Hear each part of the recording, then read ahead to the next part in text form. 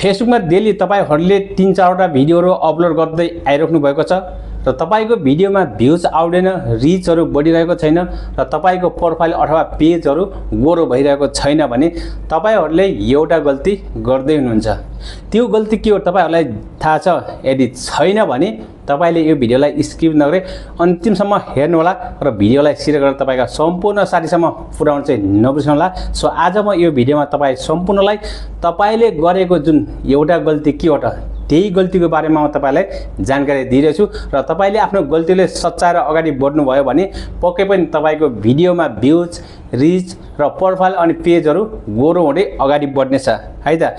So साथीहरु तपाईहरुलाई थाहा नभएको एउटा कुरा, तपाईले डेली 4-5 वटा भिडियो फेसबुकमा अपलोड गर्नु भएको छ तर भिडियो अपलोड गर्दा थम्बनेल कसरी राख्ने त? यो थम्बनेल राख्न चाहिँ तपाईलाई आउँदैन हो। यही थम्बनेलकै कारणले तपाईको भिडियोमा भ्युज र रिचहरु बढेको छैन। सो त्यसैले साथीहरु तपाईको कन्टेन्ट ओरिजिनल छ र तपाईको कन्टेन्टहरु राम्रै छ तर कन्टेन्टले मात्र तपाईको भिडियोमा भ्युजहरु ल्याउन सक्दैन। सो त्यसैले तपाईहरुले भिडियो अपलोड गर्दै हुनुहुन्छ भने भिडियोसँगै थम्बनेल पनि राख्न सिक्नुपर्छ। सो यही कुरा म तपाई सम्पूर्णलाई आजको यस भिडियोमा बताउँदै छु। मोबाइलको स्क्रिनमा सो आउनुहोस्। साथीहरु अहिले म आफ्नो प्रोफाइलमा आइसकेको छु। तपाईले पनि यसरी आफ्नो प्रोफाइलमा आउनु होला र माथि रहेको प्रोफाइल फोटोमा तपाईले ओपन गरिदिनु होला। सो मैले यहाँबाट ओपन गरे। त्यसपछि तपाई थोरै तलतिर आउनु होला स्क्रोल गरेर। सो यहाँबाट यो फोटो चिन्ह है, यहाँबाट हामीले लङ भिडियो अपलोड गर्छौं। सो तपाईहरुले पनि यहीँबाट गर्नुहुन्छ होला। सो मैले यसलाई ओपन गर्दै अब यहाँबाट म ग्यालेरीमा आइसके। अब यहाँबाट मैले भिडियो सेलेक्ट गर्नुपर्ने हुन्छ। सो मैले यो भिडियोलाई सेलेक्ट गरे अनि यहाँबाट भिडियो अनुसारको टाइटल लेख्नु पर्ने हुन्छ। सो मैले चाहिँ मोबाइलको बारेमा भिडियो बनाएको थिएँ। सो त्यसकै टाइटल लेख्दैछु मैले यहाँबाट माई फोन भनेर है मैले यसरी लेखेँ।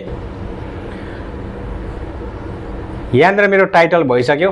त्यसपछि माथि तपाईले नेक्स्ट गर्नु होला है। यहाँबाट मैले यसलाई नेक्स्ट गर्दै थम्बनेल राख्ने तरिका भनेको यहीँबाट हो। एकदम ध्यान दिएर हेर्नु होला सबैले।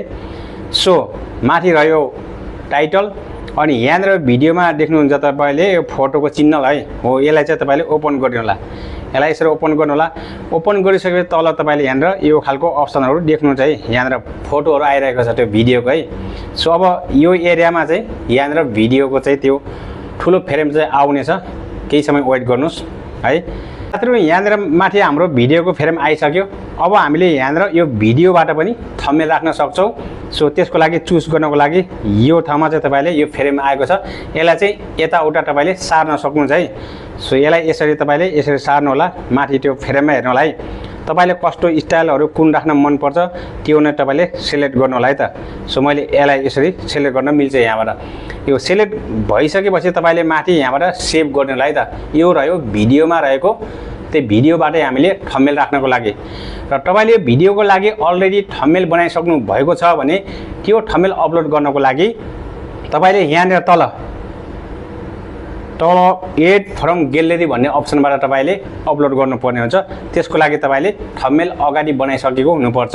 त्यो थम्बनेल बनाउनको लागि तपाईले अरु जस्तै पिसा आर्ट लगायत अन्य अरु एपबाट तपाईले बनाएर यहाँबाट अपलोड गर्न सक्नुहुन्छ।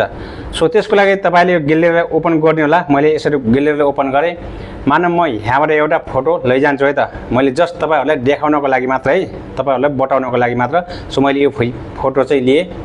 मेरो यो भिडियोको अगाडिको जुन यो थम्बनेल चाहिँ अलरेडी भइसक्यो। अब यसरी थम्बनेल आइसकेपछि माथि यहाँबाट सेभ गर्नुपर्ने हुन्छ है त साथी। मैले यसलाई सेभ गर्दै छु। अब यहाँनिर हाम्रो सेभ भइसक्यो। अब सेभ भइसकेपछि तपाईले यहाँनिर थम्बनेल देखिसक्नु भयो, यो टाइटल भइहाल्यो है। अब यहाँबाट तपाईले शेयर गर्ने होला है त। सो मैले यसलाई शेयर गर्दै